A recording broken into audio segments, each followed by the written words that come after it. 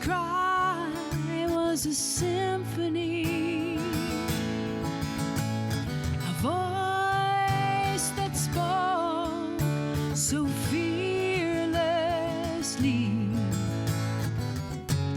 saw the world through eyes of wonder,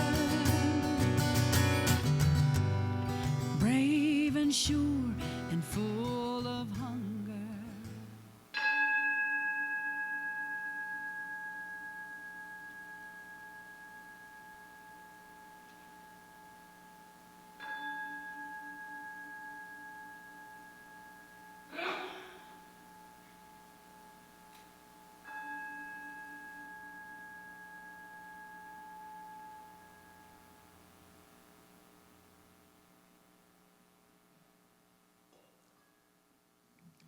Join me in prayer. God is all there is. There is only one life. That life is God. That life is my life. That life belongs to everyone here. And so as we gather on this fine, beautiful Sunday afternoon, in the knowledge that we are greater than me, as that collective, as that one consciousness, as that perfect demonstration of that one life, we give thanks for all of the folks, the volunteers, the sound team, the practitioners, our lovely musician, everyone that has come here today to celebrate this togetherness and this bold new vision that we have as a community, as a group. We give thanks for those that are here for the first time to visit us. We give thanks for our Reverend Jennifer Weil, who's going to give us a message of inspiration to remind us of the divinity that each and every one of us demonstrates as that perfect life that is God. We give thanks for all who come into places like this, in mosques and synagogues, churches, temples, sweat lodges, and other places where we recognize and express and radiate the divine that each and every one of us is. I give thanks for all that is good, all that is God. I release my word into divine law, knowing that it is done at the intersection of right here and right now, and together we affirm, and so it is.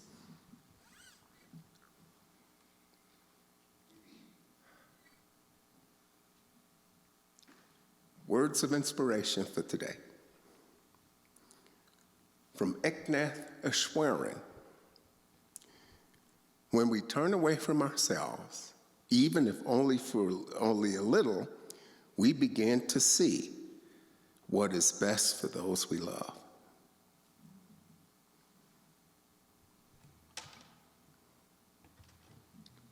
From St. Teresa of Calcutta. We have to love until it hurts. It's not enough to say, I love. We must put love into living action. And how do we do that? By giving until it hurts.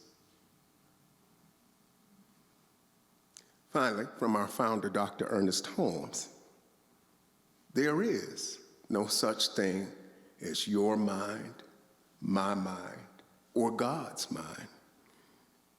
There is only mind, which we all live, move, and have our being. We've been talking about going further together and how, as a unit or community, we can do more, be more, have more, and go further. And today I want to take a few minutes to look at the we-me idea. Because before we can come together as a group, each one of us has the right and the necessity to connect with the me person within, the individual. And so I want to look at this for just a few minutes. When we are young, most of us believed that the world revolved around us. It was all me, my stuff. If I cried, somebody came running. If I was hungry, somebody fed me. If I made a mess, somebody cleaned it up, at least for a little while in my life. And we all seem to have that experience. And so we became aware at some moment in time that, wait a second, there's other people here and there's other stuff going on, and there's more that needs to take place other than just fulfilling my needs, my personal needs. Sometimes we learned that with this wonderful word called no. Because everything we did was cute. Everything we did was cute and funny. People cheered. At one moment in time, you pulled all the knobs off the TV. This was back when TVs had knobs. Some of you may not remember that. But you pulled all the knobs off the TV, and everybody thought that was so cute. And then one day, somebody came up and smacked your hand. And you don't get to do that anymore. So it was very confusing for us, and it was a bit challenging in how that worked. But we began to realize there's more. There's more. I have this quote from Anonymous that says, "Trust your journey. Learn, grow, evolve. Become the best version of yourself." So first we are prompted to go within, to become who we choose to become the best version of ourselves. And we have so many opportunities. Some of them are amazing, beautiful gifts that come to us. And some of them are huge, heart-wrenching, gut-wrenching challenges. And they all help us grow. They all help us move forward. This week has been a tough week for me, and that song so touched my heart. In 7 days' time frame, I'm celebrating 2 birthdays of 2 very, very dear family members who are no longer here on planet Earth with me. And some years, it just kind of happens. But as many of you know, when we get into that place of grief, that some years it feels like it's tearing our hearts out again, and more seems to be coming forth. And so for me this week, there were moments when I wanted to look at the calendar and say, well, it's been this long. Why am I feeling this? What I tell everyone, and I got to tell myself this week, is that the heart doesn't have a calendar. The heart doesn't have a clock. The heart just has the love that it has. So a couple of days ago, I got this great idea. I thought, okay, well, here's what I'm going to do. I'm going to go through photo albums. Now, any of you who know me very well know that I don't have photo albums. My mother taught me at a very early age that you take pictures and you put them in a box. And when the family comes over on holidays and stuff, we get one of the boxes out, and we sit down and we all go through this box of photos. And it's crazy, and I can't believe I'm still doing it, but I am. So I sat down with all these photos. And I started to think a little bit about today's talk in that place of coming from that awareness of being authentic. When did I become authentically me? And I would love to say that, from a very early age, I knew who I was. And maybe many of you did. And the truth is, most of us didn't. And I came across this picture of my best girlfriend when I was 15 years old. And her name was Dana. And she and her parents moved to Colorado Springs and came to the church where we went to church, and she went to school where I went to school, to the same high school. And there was something about her that I just adored. I mean, she was everything I wasn't. I was still that awkward 15-year-old. I wasn't allowed to date. I wasn't allowed to wear makeup. It's lucky I was able to fix my own hair. I mean, there were all these things that she was. And she wore a lot of makeup. And I just was so in awe, and she dated the guys that I had crushes on. And I forgave that for whatever reason. But I find this picture, and Dana is standing in her family's dining room on one side, and I'm kind of standing over to the other side. And the clothes we're wearing are so much alike, it looks like we picked them out on purpose. And I'm looking at this picture thinking, well, that's curious. And then the way we're standing, the way we're posed, I think we had our hands in our back pockets or something, we're both posed identically. And then I looked at our hair, and heaven help me, I had the exact same haircut that she did. I looked like her twin. And the reason I bring this up at this moment in time is just to bring across that point that clearly, at the age of 15, I had not found my authentic self. I was still trying to mimic and duplicate everybody around me. But it was surprising to see that because I did not remember that about the relationship. So as we look at this me, becoming me, and owning who I am, and moving forward as that individualized expression that each one of us is, I want to remind you that authenticity is a big part of that. We get to be authentic. Eric Butterworth said, "Don't go through life, grow. Grow through life." When we accept ourselves and we truly know who we are, people will come in and out of our lives, and they will do crazy things, and they will do interesting things, and they will do amazing things, and it'll be fine because we are solid and grounded in self. But when we aren't solid and grounded in self, when the crazy shows up and all of the other things show up, it kind of knocks us one way and another.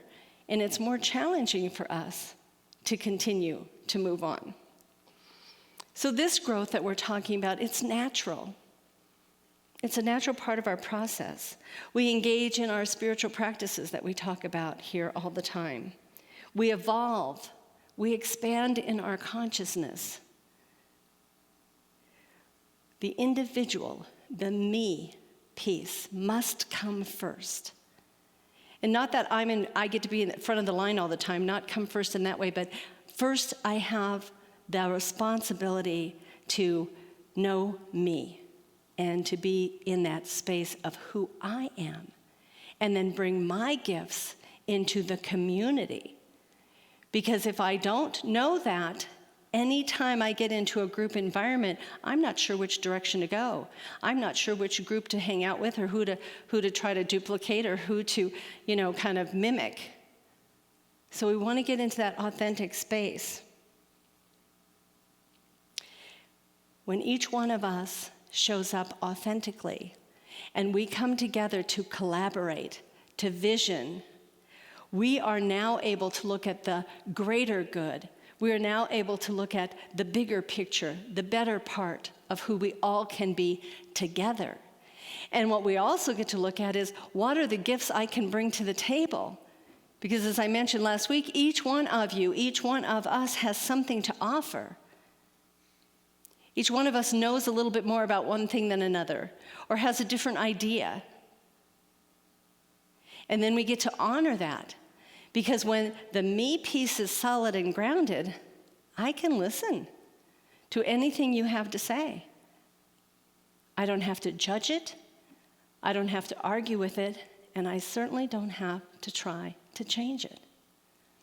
And that's what we're seeing in the world today. We're seeing a whole lot of inability to do that right now, because so many of us have been rocked off center. So many people are not sure who they are. They're not sure what's going to happen. They're not sure what's been happening and what's going to happen next. And because of that, they are impacted by every conversation, every interaction, every situation. But we are called to show up in the me space, solid and grounded. Eric Butterworth also said this: "In the flow of love, you will tend to see and respond to the divinity in all people. We've had those conversations, I know many of you have. I know I have, where we can't quite figure out why that person is so obstinate and such a pain in my behind, and why do I have to put up with them? I cannot stand this individual. We have people in our lives that push our buttons, that cause us to feel like we want to object, or we want to not answer the phone, or not invite them over for Thanksgiving even though they're a family member. We have those situations, and so when we can live in that flow of love, when we can find all the different ways to love each other and ourselves, and we respond to the divinity in one another, we don't see those behaviors in quite the same way. And we don't have to change and adjust them. As we contribute to community, we become more. Our love for humankind grows. We become more accepting. We become more inclusive. We want to remember that the part we play in the greater good, what is that exact contribution? Because that's why we get together and dream. That's why we're going to get together and vision. To bring all of those wonderful collective ideas together and put them all into a category and on newsprint paper and flip chart paper and write them all down and see them across the room and go, okay, this and this and this and this sound good to me. And through that, we all come together collectively to create that space, that next place for us. When you have a business that has like a vision statement or a mission statement, one of the things that I always learned in corporate America was all of the smaller groups, so all of the smaller teams within the bigger organization, also looked at what their mission statements were. And their mission statements needed to be the step that was going to be the step before the bigger version. So you have this great vision. We have this idea for New Dawn. And all of our contributing care ministries and care teams that we have that are working within our organization are also taking their statements, their purpose, their intention, and knowing that as we do this, it will lead to this. Because otherwise you kind of get kittywampus and you get stuck out here and you're doing all this stuff, really, really great stuff to do, but it's not leading us to that primary intention or that primary goal.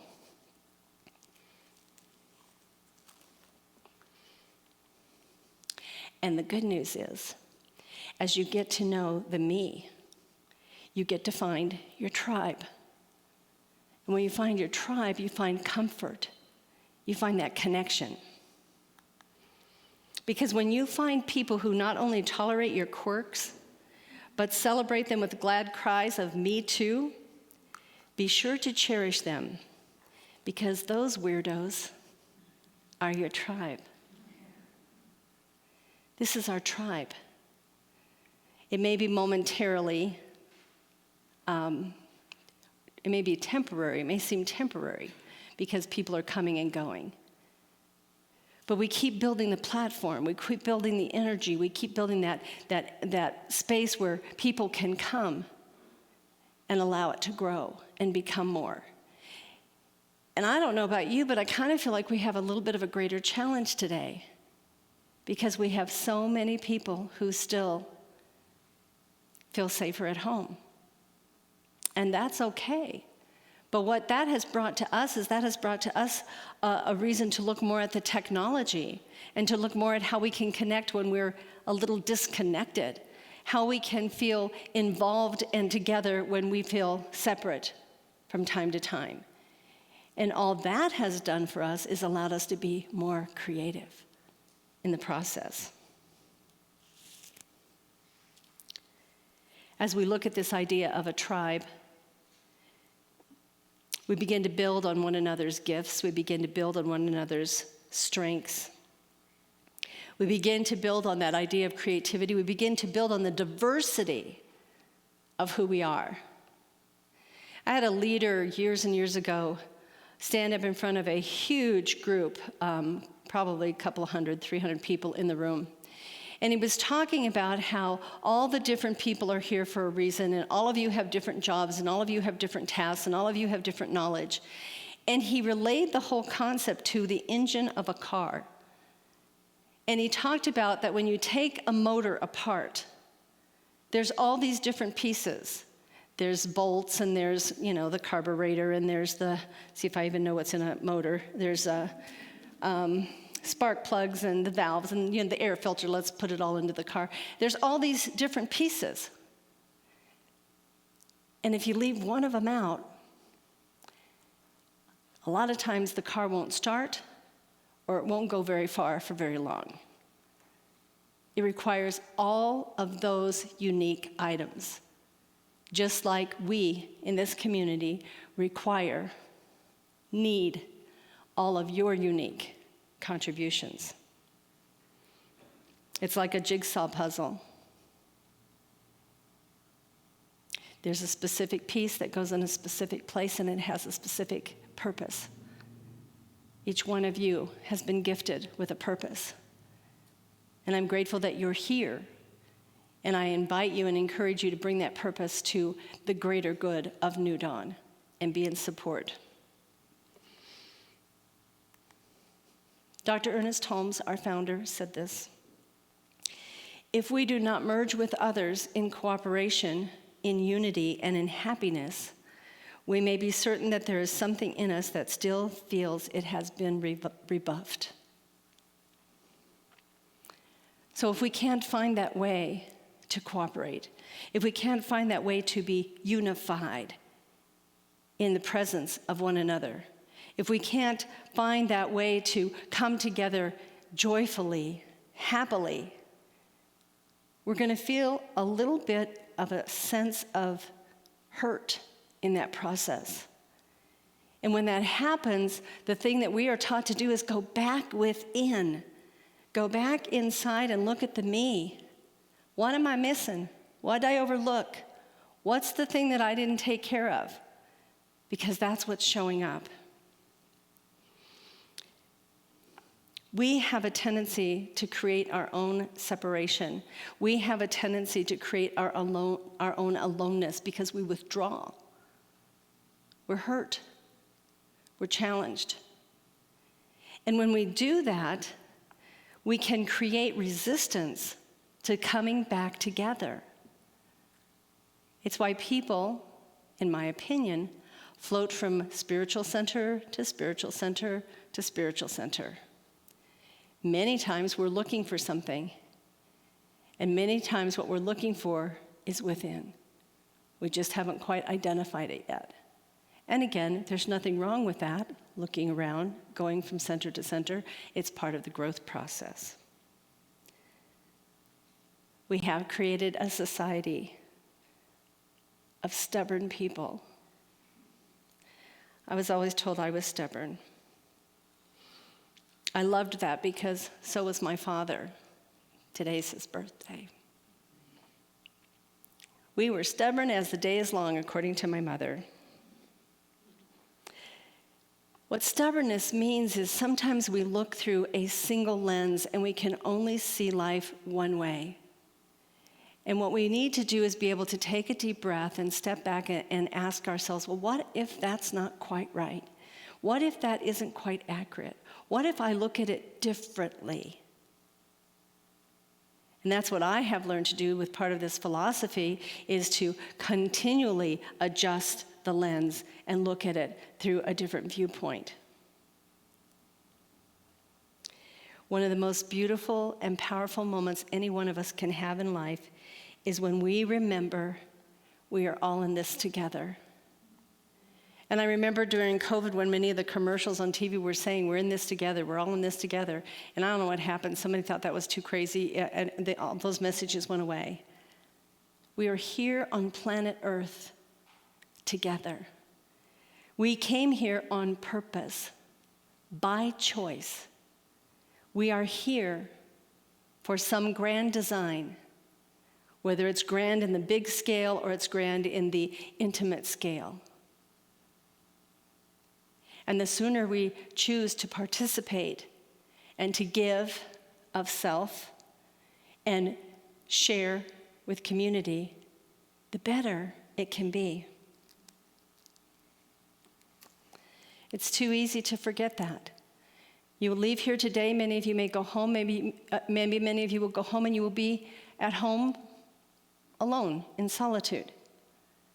And it's easy to forget all of the faces that were in the room. So I encourage you this week to take time, to take those moments to just remember the community that you are a part of.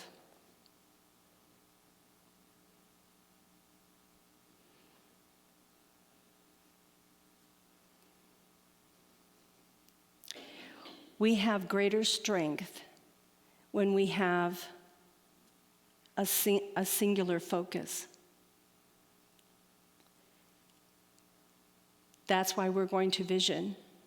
That's why we're going to imagine our new space, so that all of us together can see it the same way, can know that we're going in the same direction, can know that it's going to serve each and every one of us, can know that a new space is going to offer space for children, and is going to offer an opportunity for musicians to come and hang out with us. And to give us an address, as many of you are talking about, in Aurora, Colorado, where we want to serve the Aurora community. That's where New Dawn began.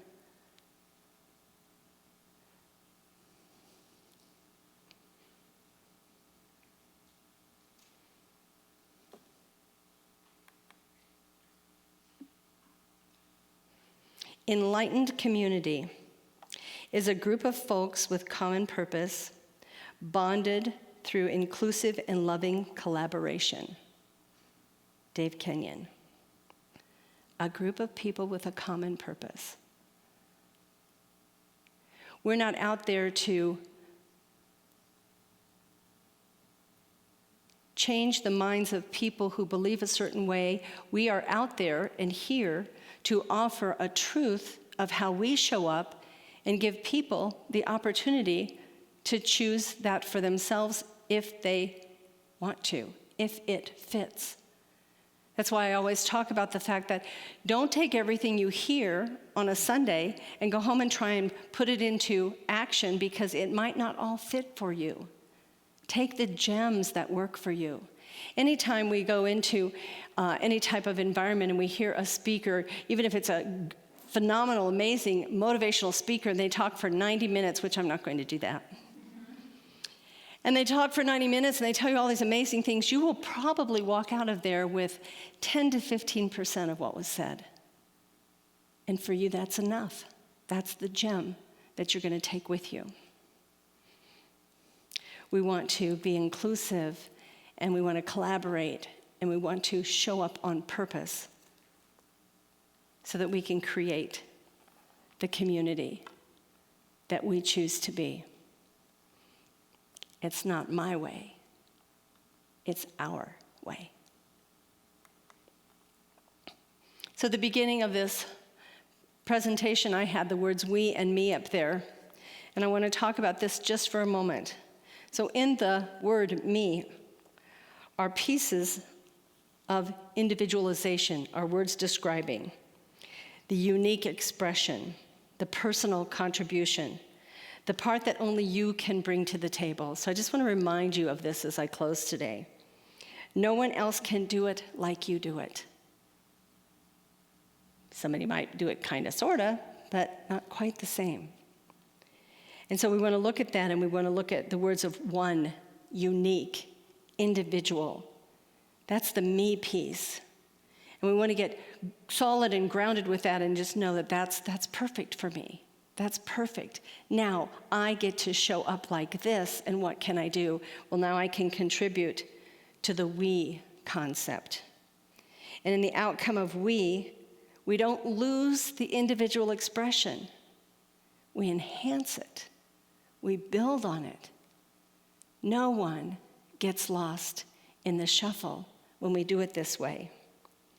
And in the we concept, we have collaboration, togetherness, cooperation, compromise, selflessness, unity, inclusivity, a shared vision, a shared dream. That's how we will go further together. So this week, I encourage you to take time to just breathe into that space of who you are. Breathe into that knowingness of what you have to offer. Allow that to grow. Allow that to be strong and solid. And then ask what you have that you can bring to the greater good, to the bigger collective group. And then do that. And that's all you have for homework this week. Please pray with me. Practitioners, please stand.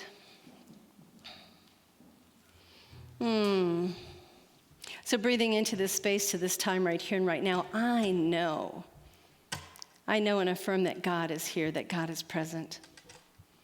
I know that there is a power greater than anything I have ever imagined, and it is at my fingertips to use. It is at the fingertips of each and every one of us to tap into that spiritual being, that essence, source.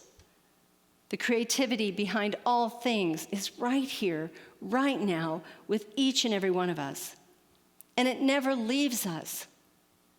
We might think in our minds that we have become lost or separated, but Spirit is always present, and we just cherish this, embrace this, and accept it.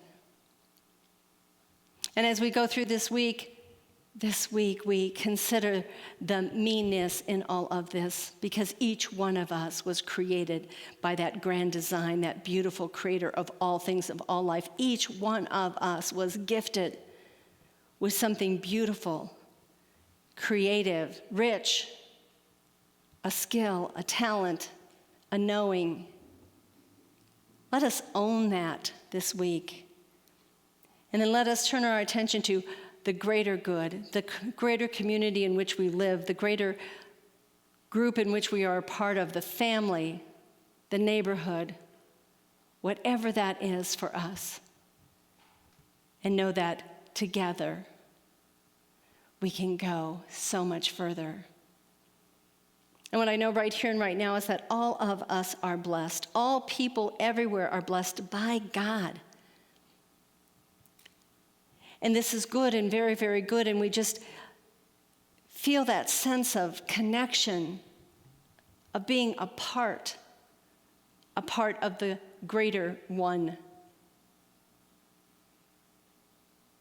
And so I simply release these words with gratitude in my heart for all that is, and gratitude for all that is coming forth for each and every one of us. Life is blessed, life is perfect, life is good, and it is all God. And so I just let it go. I let it go and I let it be, and together we say, and so it is.